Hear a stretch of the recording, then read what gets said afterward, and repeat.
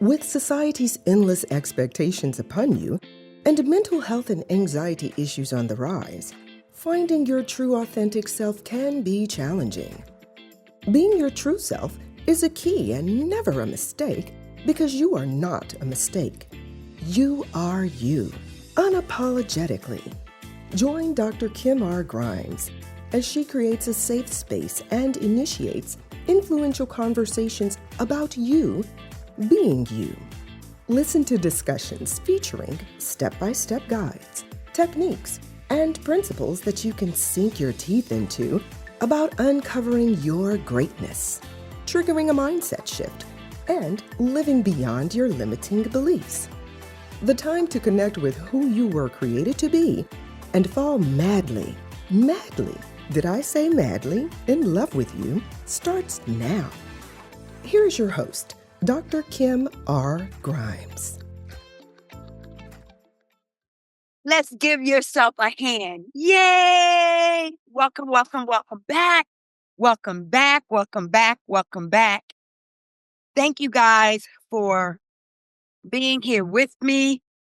You are on You Are You, Unapologetically, the podcast where we celebrate truth, individuality, and real life transformation. I'm your host, Dr. Kim R. Grimes, and I am so glad, I am so happy, I am so grateful that you are here. We talk a lot about women breaking glass ceilings, but what about the ceilings we can't even see? What about the ones made of doubt, dismissal, and double standards? When you think of female entrepreneurship, you might picture hustle, freedom, and passion. But behind every glossy brand and carefully curated girl boss post is a story rarely told. A story of individual barriers, subtle, silent, and sometimes soul crushing. What does it feel like to walk into a room and be the only one who looks like you? Right? To carry the weight of expectations from your culture, from your family, and what about your community? While trying to build a business from scratch. What does it feel like? What happens when you are underestimated before you even speak? Before you even open your mouth, or when success still doesn't quiet the imposter syndrome in your head, or what I like to say, that head chatter, right? This episode isn't about surface level empowerment. It's about the raw stuff, the emotional labor, the mental gymnastics, the identity juggling act. It's about what happens in the in-between moment, the moment no one claps for. So if you felt unseen, second guessed, or straight up exhausted, trying to prove yourself, this episode is for you. Let's pull back the curtain on what it really means to be a woman building her own lane unapologetically. So today's episode is for the women building empires, the women building businesses and legacies, but doing it while carrying invisible weight. We're talking about the unseen struggle of female entrepreneurs, those invisible barriers, those hidden battles that don't show up on Instagram, in a pitch meeting, or behind the polished branding. So many women are grinding in silence, dealing with doubts, juggling, caregiving, overcoming being underestimated, and constantly proving themselves in male-dominated spaces. If you ever felt like your hard work doesn't or isn't or hasn't been taken seriously, or like success comes at the cost of your peace, this episode is for you. I'm just saying. So let's talk about it. Let's talk about why is this topic so important? Because women-owned businesses are one of the fastest growing segments entrepreneurship. Yet we still face unique challenges, from lack of funding or access to funding, gender bias, juggling, unpaid care, working hard, to cultural conditionings that tells women to play nice or stay in the background. We're navigating more than just business plans. We are. This conversation matters because when we name the barriers, we can start breaking them, not just for ourselves, but for the women coming behind us, the women coming behind you and me. Yes, we need to normalize these struggles and create space for honest conversation, support, and real strategy. This topic is important because the struggles of female entrepreneurship or entrepreneurs, these struggles are too often invisible, minimized, or dismissed entirely. So we live in a world that celebrates women's success, but rarely acknowledges the unique battles we fight to get there, from cultural expectations and, like I said, gender bias. But then we also have internalized doubt and burnout. Women face these barriers and they're not easy. They're not always loud, but they're constant.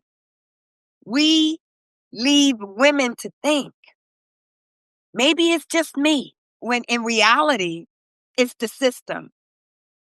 When we don't talk about these things, we normalize silence.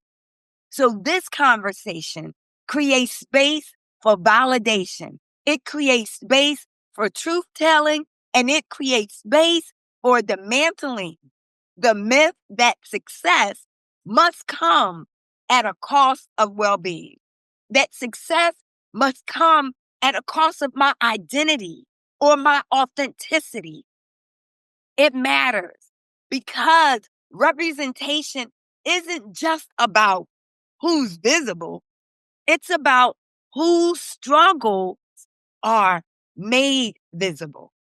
And when we give voice to the unseen, when we give voice to our struggles, we give back power. We give powerful or power, our power back to women living through it. So it's about giving voice to our struggles, giving voice to the unseen so that we can get our power back. Today, I am joined by someone I deeply respect. I can't wait to introduce you to my guest. She is a founder and a fellow woman in business who has pushed through invisible walls to build what she has. She is not just a business owner. She is resilient, she's bold, and unapologetically powerful. She has a voice for women doing it, and she's doing it afraid and doing it anyway. Oh my goodness. I just can't wait to introduce you to my guest. Oh, our guest today. Our guest today She is a visionary spiritual leader, entrepreneur, and passionate advocate for the empowerment of women as a catalyst for family transformation. What? Wait, with a unique calling to prepare the bride of Christ, beginning with women, she has dedicated her life to equipping women and young girls, both spiritually and professionally. As the founder of Women of God Ministries, our guest leads a vibrant and growing community of women with a mission centered on faith, transformation, and lasting community impact. Her ministry focuses on helping women discover their identity in Christ, live purposefully, and walk in freedom and authority. What? I'm saying, wait, in addition to her pastoral calling, she is the founder of Mrs. B Cuisine et Delice, a thriving catering company specializing in African cuisine infused with a Western twist. Get that, right? Through this venture, she has created meaningful opportunities for employment, mentorship, and entrepreneurship, particularly for women and young professionals, while celebrating cultural richness through food. That sounds yummy to me. With a background in advocacy and a deep, deep passion for prayer and teaching, she integrates biblical truth with practical strategies. Her message empowers women to rediscover their God given identity, understand their purpose, rebuild their lives, and lead with the grace and integrity. A devoted wife, mother, sister, and servant leader. See, our guest, her life is a powerful testimony of God's grace, perseverance, and faithfulness. Whether preaching from the pulpit or leading in the marketplace, yes, indeed, she remains steadfast in one mission: to equip others to live for Christ, lead faithfully, and be the change they desire to see, beginning in their families and reaching into the world. Please, please, please help me to welcome Pastor Belize Kurizera Budagama. Please help me to welcome her to URU podcast. Welcome, welcome, welcome. I am so glad that you're here. Thank you, thank you, thank you, thank you, thank you, thank you, thank you, thank you, thank you for saying yes and being here today. We're so grateful that you're here. Thank you. You're welcome. Thank you. You're welcome. So, before we jump into our juicy, juicy topic of the unseen struggles of female entrepreneurs, right? That invisible barriers, please share with our listeners how the two of us met. Hi. Thank you for having me again, Dr. Kim. It's a pleasure to be here. Your show is as vibrant as you are. We met in America actually, for Women Enterprise. That was March this year actually. It was an amazing, wonderful experience, and it was an eye opener. And also, for me personally, when we talked and we discussed your journey, my journey, it was undeniable that we share a lot of things, and one of them being that we have dreams, we have visions, we are entrepreneurs, and above all, we are women of faith. So that, to me, that was the highlight. Yes. Yeah. So, thank you again for agreeing to be on URU Unapologetically. Yeah. Today, our topic is the unseen struggles for female entrepreneurs. And so what I would love for you to share as we jump into this conversation is what led you to be an entrepreneur or to entrepreneurship? What was it? Well, passion. I read somewhere that whatever it is that you love doing before the age of 7, because by the time you are 7, you have been nurtured into something that conforms to where you were raised, how you were raised. But if that thing that you loved before anything else was added to it, that is your passion, that is your calling. So from a tender age, I loved cooking. I loved cooking. I would burn myself and I would scatter my mom's kitchen. Wow. So now when I moved to the UK after getting married and I had children, there was a lot of lonely moments, like for any other mom with little ones. So my way of relaxing myself with limited possibilities of meeting other people, because by then the only outgoings I had were at the park or play place, not the thing that you would Little people normally. stuff. Right. Yeah. Little people stuff, and you were surrounded by little people. Literally. And you would dream for a day out with the girls. So with my passion of cooking, so I started cooking, and I would cook. I had friends that had little ones as well. So every time we would meet, it would be to do with the little ones. But I started cooking for them, and people were starting saying, "Oh, we love your food. Oh, this is nice.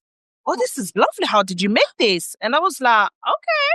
And then a friend of mine was like, "Why are we always eating your food free of charge?" Right. Yeah. What? And Come on. her and her husband, they moved out of the UK. They relocated somewhere else. But they were the ones that were encouraging me. You can make money out of this. They loved, we have these things that we make. Nigerians will call them puff puff, but we call them mandazi. So they are like donuts type of things. Yeah. And I will make them, and everybody, every party we will go to. So I started being recognized as the mandazi woman. Wow. So, so that's how I started the catering. And I would make cakes, I would make mandazi, I would do food. And it started from friends telling other friends she's making this. So I would cook Christmas meals for people to take away before Christmas, Easter things. So that kind of big events. So yeah, that's how really it started, from passion, but also a need for what I was cooking, because there were not so many people that were doing it. Right. So instead of people telling you, "Oh, how did you make this? Oh, can you make it again?" It was like, with that couple opening my eyes, it was more like, "How about you buy it?" Right.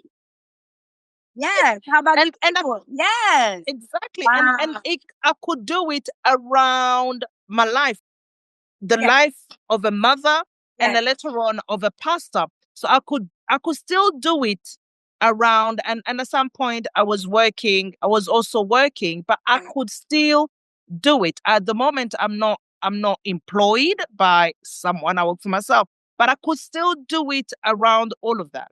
All of that. And you know what they say, if you love what you're doing, that's not work. That's not work. Exactly. And I appreciate you sharing, starting off with passion, right? If this came about with a passion that you had for cooking, but then I also love when you said, you know, as you became a mother and you began to get a little lonely because all you had was the little people to play with, right? You created something from that so you can get to play with, you know, more people, you know, who relate to you more than the little people. So I know I get that. And so with that, what struggle or what is a struggle that you endured, but people didn't see the struggle, right? That had you questioning yourself in that space. Like, you know, sometimes we do things and we show up and people give us the accolades and all, but they don't see the struggle. They don't see what we had to endure or go through. So can you share? Are there any struggles or anything that hindered you in that space? Quite a few. At the beginning, it was more cultural struggle, simply because I was an immigrant from Burundi to the UK. So Okay. I was not accustomed with the way people do things. But thank God for courses and training. But still, with where to shop, it makes a huge difference because it will impact, for example, how much profit you're making. Yeah. Time management, because you have to think of where am I going to leave the children? Who are the children going to be with? Because you're not going to turn up at an event with your children. So, and catering requires that you do it. If you're doing catering, whether for a wedding, for a party, it requires you to be there. Yes, you have to be present. You have to be present. It's not a delivery type of thing. Right. You have to be exactly. You have to be present. And with children, you have to work out where am I gonna leave them? What how is it gonna work? Now, Right. the struggle with not also as my community, let me not use the race card, but my community tends to leave things to the last minute. Yes. Yes. So the order would come a little bit late. Oh, can you do this next week? And it's not that I can't do it. There are other things that I need to put in place in order for me to do it. Now, me denying the order, that's how the word is spread that, oh, you will be lucky if she takes your order. Now you have to juggle between delivering the quality that you want to deliver. Wow. And keeping your image. Yes, I hear it. I got you. I get you. Yeah. And thank you for sharing that, because those are struggles that from someone on the outside looking in, meaning me as a client wanting the catering, your services, that's something that I wouldn't see, or your No. family members, wouldn't see that. So no, I get that. Let me ask you this. In this space, during this time, have you ever been overlooked or underestimated, would you say? Oh, 100%. And Oh, if so, how? 100%. At the beginning, I struggled with pleasing everyone. Oh, So I would I would give a quote, and someone will argue about the quote. Then I will reduce the quote. And ending up basically working for less than minimum wage. oh my. Yes, because what people My. what people don't understand, when they see a table being set by a caterer, they don't see the work behind it. Because you can say, "Oh, I can cook macaroni cheese myself at home," or Right. I can make, and and when we're talking about cakes, isn't it just eggs, sugar, and flour and butter? But it takes dedication. It takes work. It takes maths, Yes. gravity. Like when you're doing layers, it takes a lot of calculation. Yes. It takes to work out this design. How long is it gonna take for me to make it? And every design is different. Unless someone says, "Oh, you made this cake. Can you repeat it?" That's Right. different. I've done it. But normally it's "Oh, can you make this?" And I'm like, "Yes, I can." How much is it now? What I used to struggle with, like I said, pleasing everyone, trying to please everyone. Right. And I would end up working for hours on end because I cannot afford to pay someone to help me Right. with the code that I have given. Right. Right. And right. you see, and because of that, I would end up being frustrated. I would end up, I love cooking. Right. And when I'm stressed, Kim, I'm not lying. When I'm stressed, I'll go in my kitchen. And one of my best dishes, the ones that I came up with them while I was like, they came to my mind when I was not in the best of places. Right. Like I was going through something, and I came up and I wanted somewhere where I can express myself, and it's in my pot that I express myself. It's in my oven. It's in my dishes. I would express myself. Yeah, I don't cook food. When I say with a twist, it means I come up with dishes anyway. So to come back, so I would do things to please people. Yes. And then I would not make profit. Then I will have that discussion with my husband and he'll be like, but you told me not to go to work so that I can cover the children. And I did, but you're not making, do you know what I mean? Right. So No, I get it. so with time, now I've made peace with the fact that I can say, that's not the type of service that I offer. Right. Thank you for considering me, Right. but you can go somewhere else. And to me, that is, if I got in the spirit, that is deliverance. Yes. Yes. No. That is deliverance. So you shared the hidden pressures that come with your family, right? With the finance, because you're now working long hours, but not bringing in the revenue Yeah. that you think based off based off of the hours that you put in, the hidden pressures of your, taking care of your family, having enough revenue or income for your family. So those are the little hidden pressures that we haven't Yeah. even, like that I hear you talking about.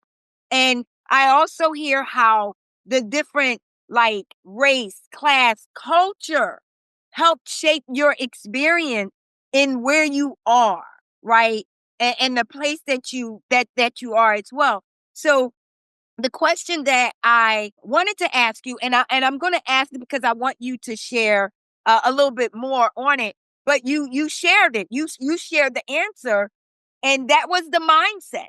What was the mindset shift that helped you survive or thrive? Like, what was it? And one of the things you shared, but I want you to add more to it, is that you recognize that with people when they couldn't honor the quote that you gave based on the work that you're going to do, the actual hours that you're going to put in, you then said to them, I don't do that kind of service. Like I can't serve you at that level.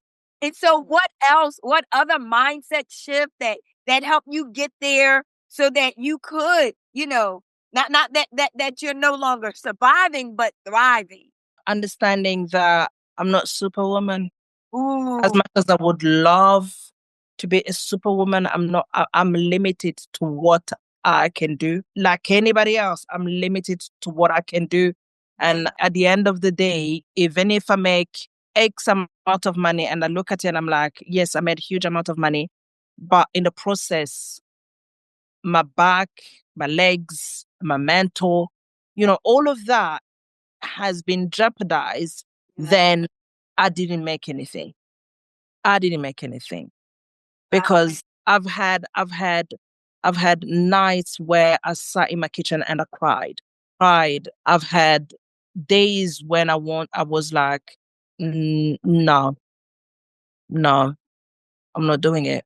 But it's like when it's a passion, it's like being a fish. You not being a fish, but you can be taken out of your zone, yes, but you're not gonna survive out of your zone yes. because that is my calling. And it one thing I always tell people is know that whatever it is you're doing, although you are struggling, if you know that it's getting you closer to the purpose for which you were created. Ah, The ministry was created out of the gathering of women that I was cooking for. okay. That's how I started preaching the gospel to them. I would have women who don't know how to cook.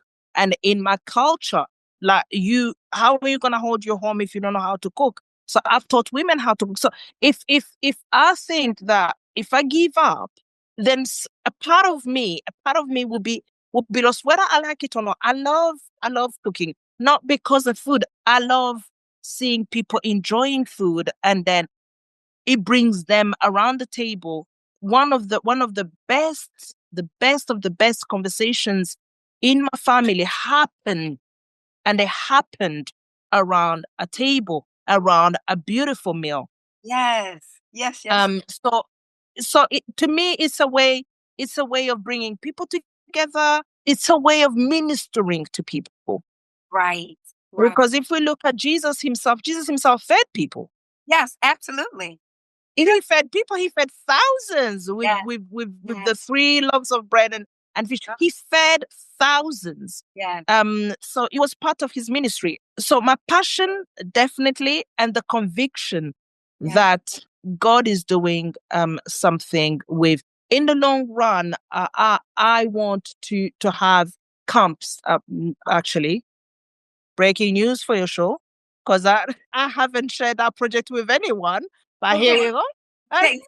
Say it again so that I'm clear on what you're saying. You said breaking news, so share it again. Like give it, and give it juicy and exciting, and tell me what this breaking news is. Yeah. No, in the long run, because I do couples retreats for couples, Yes. but I want to start doing camps for young people, both girls and boys, Okay. and prepare them, because we are from a culture whereby the kitchen is the duty of the woman. Right. Right. And you see men in my generation, most of them, they don't know how to cook, or they cook for survival. But I Right. don't want that for my daughter-in-law, for example. I Right. want my son to be able to cook something, to look after his home when the wife is not around. Right. So And especially when they have children and the wife may be not around, he can take care of it and cook a meal.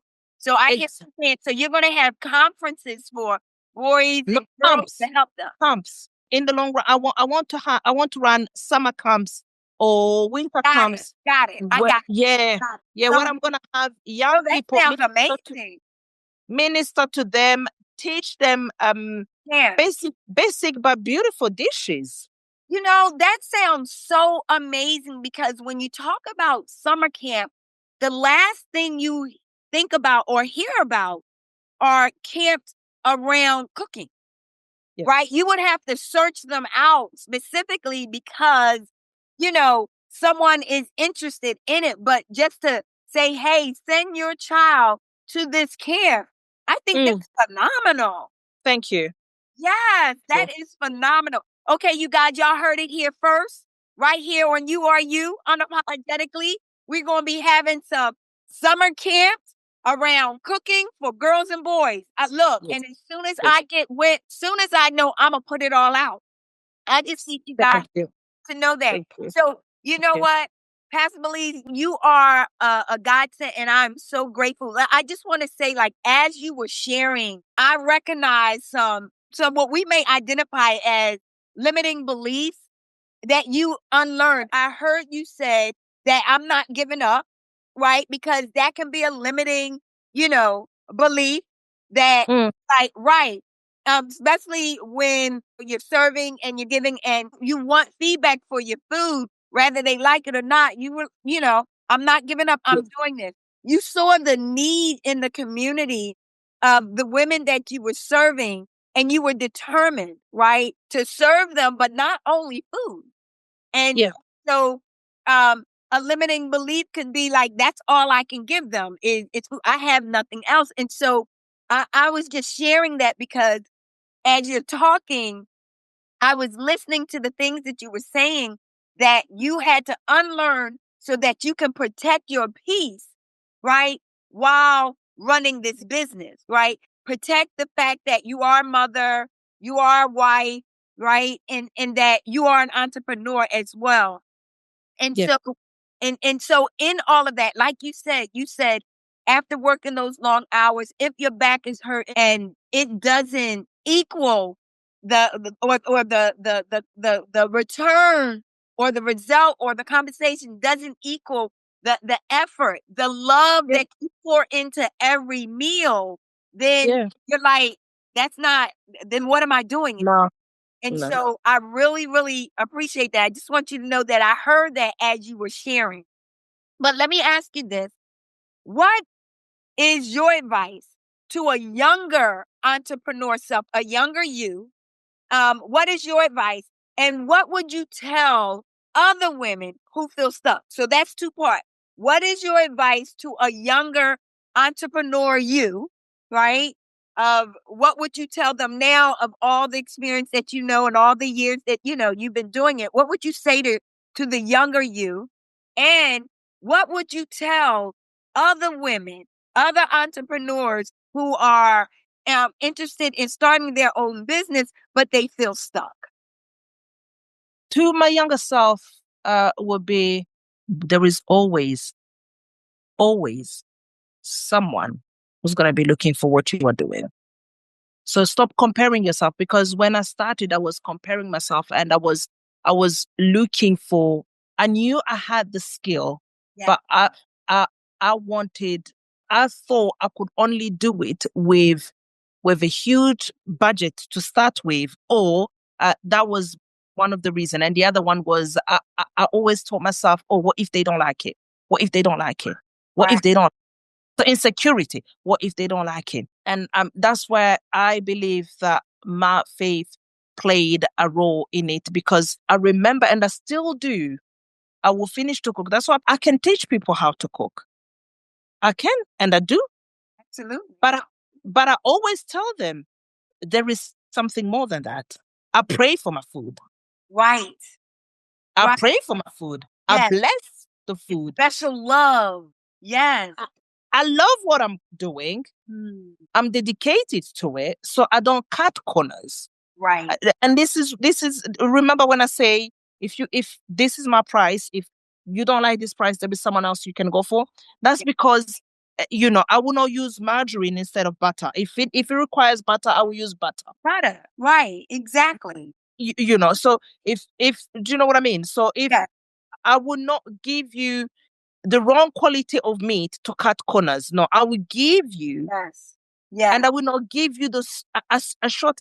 I hate when I cook and the food is not enough. So I always do more. Yeah. So those little things that. So because of that, I will say, this is my price. I know what I'm offering. But my younger self doubted what she was offering. Wow. And because she doubted what she was offering, she would bend rules. Yes. Yeah. And it would take a toll on herself. So I would tell myself, know your worth. Yes. Yes.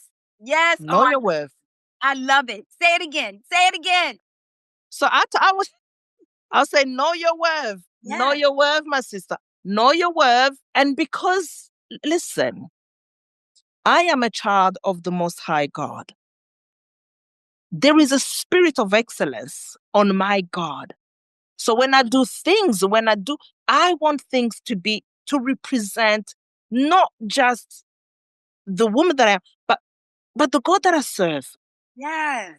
I want you to taste, and I want you to taste and say, there's something about it.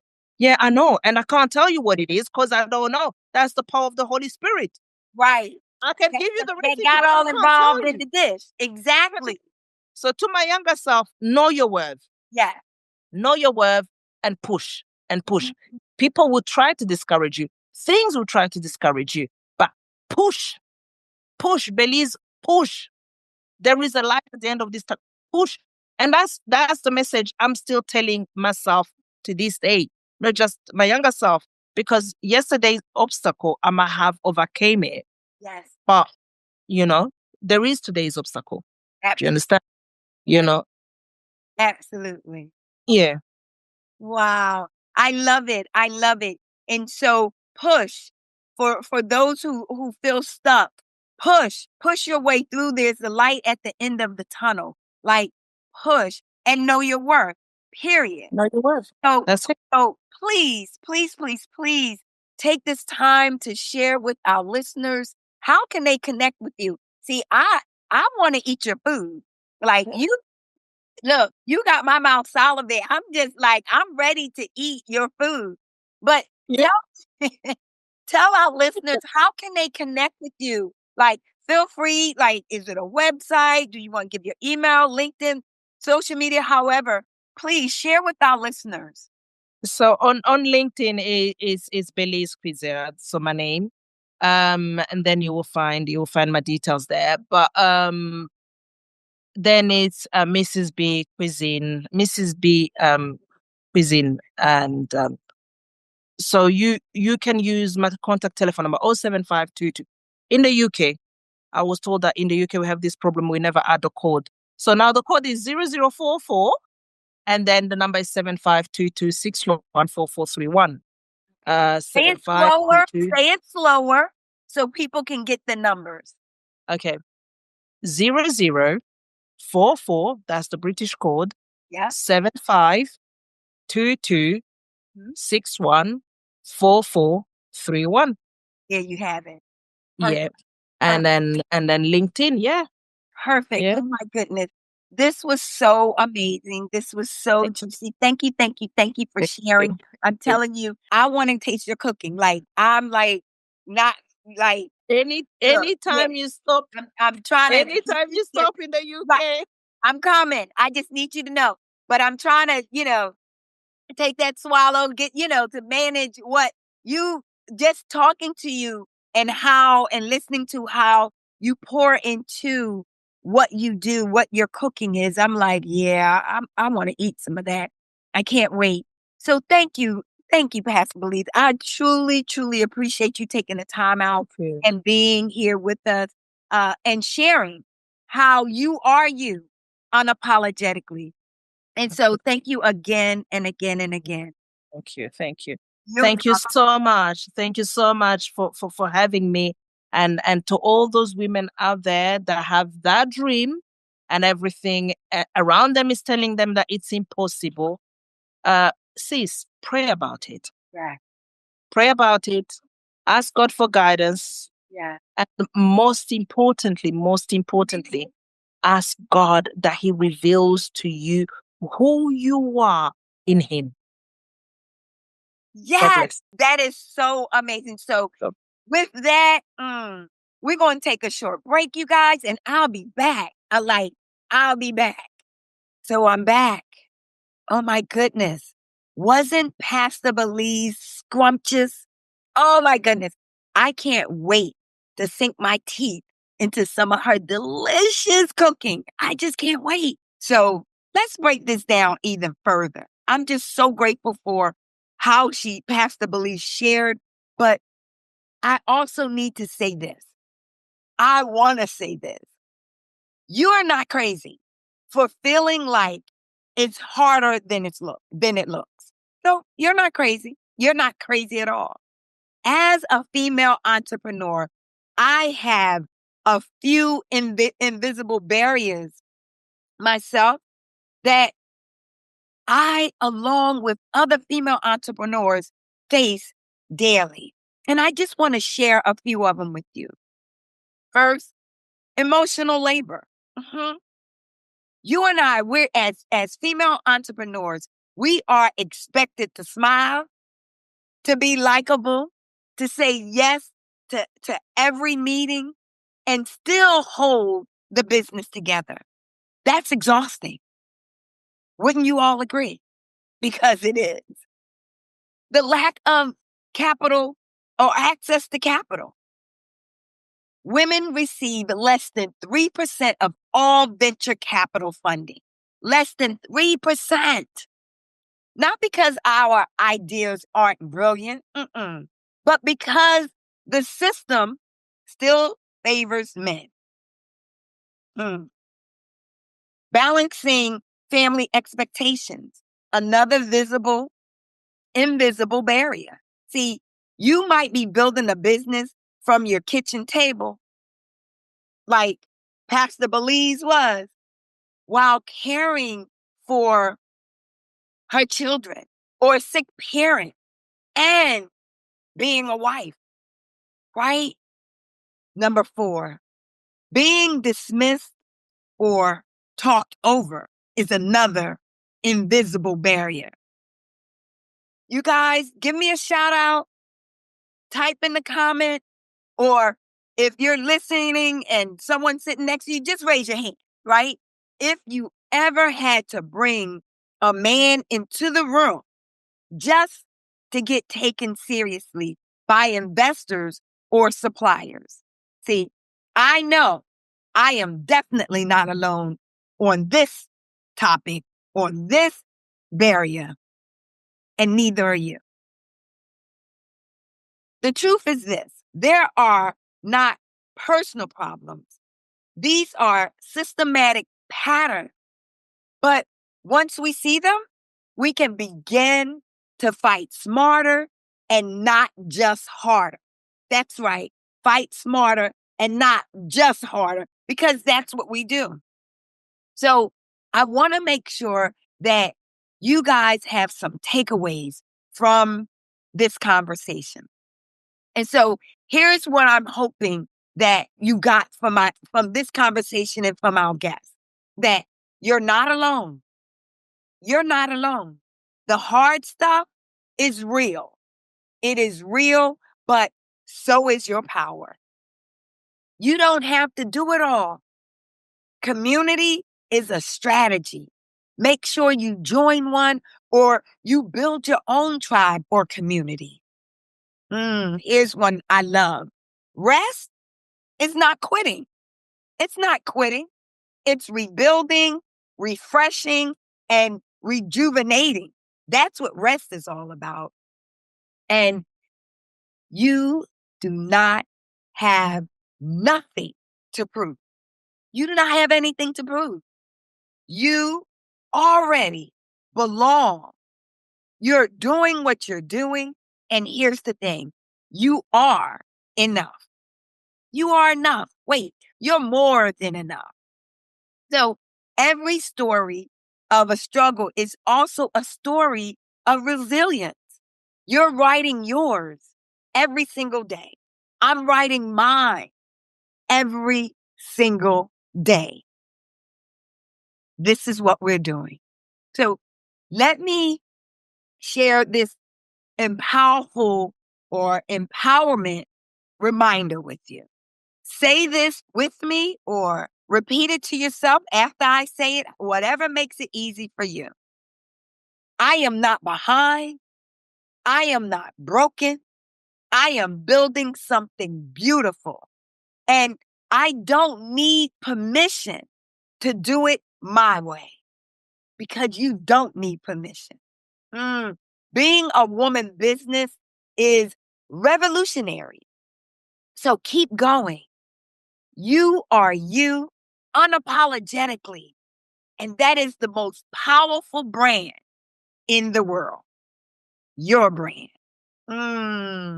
Now, I definitely can't leave you guys without some action steps, because we have to take action. So if you are someone who has been impacted by this message, or you are dealing with invisible barriers or struggles, here's what I want you to do. I want you to journal about just one of your invisible struggles that you have been carrying. I want you to journal about it. And then I want you to write yourself a love letter for surviving it, for still being here with us and enduring and going through. Write yourself a love letter. That's it. That's right. Love yourself or love on yourself. Then what I want you to do is I want you to send a message of encouragement to another woman in business, just to encourage her. You don't know what she may be going through, what she needs, what she's lacking. But I know this. Together, we rise. Period. Period. So I want you also to, if you have a story about an unseen struggle or breakthrough that you experience, please, please, please comment, right? You can comment, email me, or share it with me on any of my social media channels. Believe me, your story can help another woman feel seen, feel heard, your story. And maybe we can feature it on one of our future episodes and feature you as well. So be sure to share, okay? And like whenever you're listening to a podcast or a video or a blog, like, comment, share, do all those things as well. Because what I need you to understand is, with society's rigid expectations and endless opinions, of self-expression and self-appreciation can feel challenging, let alone daunting, right? Most of the time, I say this all the time at the end of my podcast. We push things away. We dumb down. We hide our feelings. We hide who we really are. And we just go with the flow. We just ride the wave, right? But you are you unapologetically. And that means being true to how you were created and not allowing people's opinions to affect how you show up in life, how you show up in the world. You have no time whatsoever to be intimidated by the presence of others and think little of yourself. You have no time for that. So when you show up without pretense or hesitation, the world cannot and will not dull your glamour. Why? Because you will not allow them to. And most importantly, you will be inspired to shine your light so brightly and to share it. Share it with others who need it so badly, and allow others to tap into their own brilliance because you shared your light. So how about we all agree to put an end to this disparaging mindset and begin to own our authentic self? Please join me here in a safe space where I'm going to always initiate influential conversations about you being you, because you are you unapologetically, and no one is better at being you. No one. So thank you for tuning into this episode today.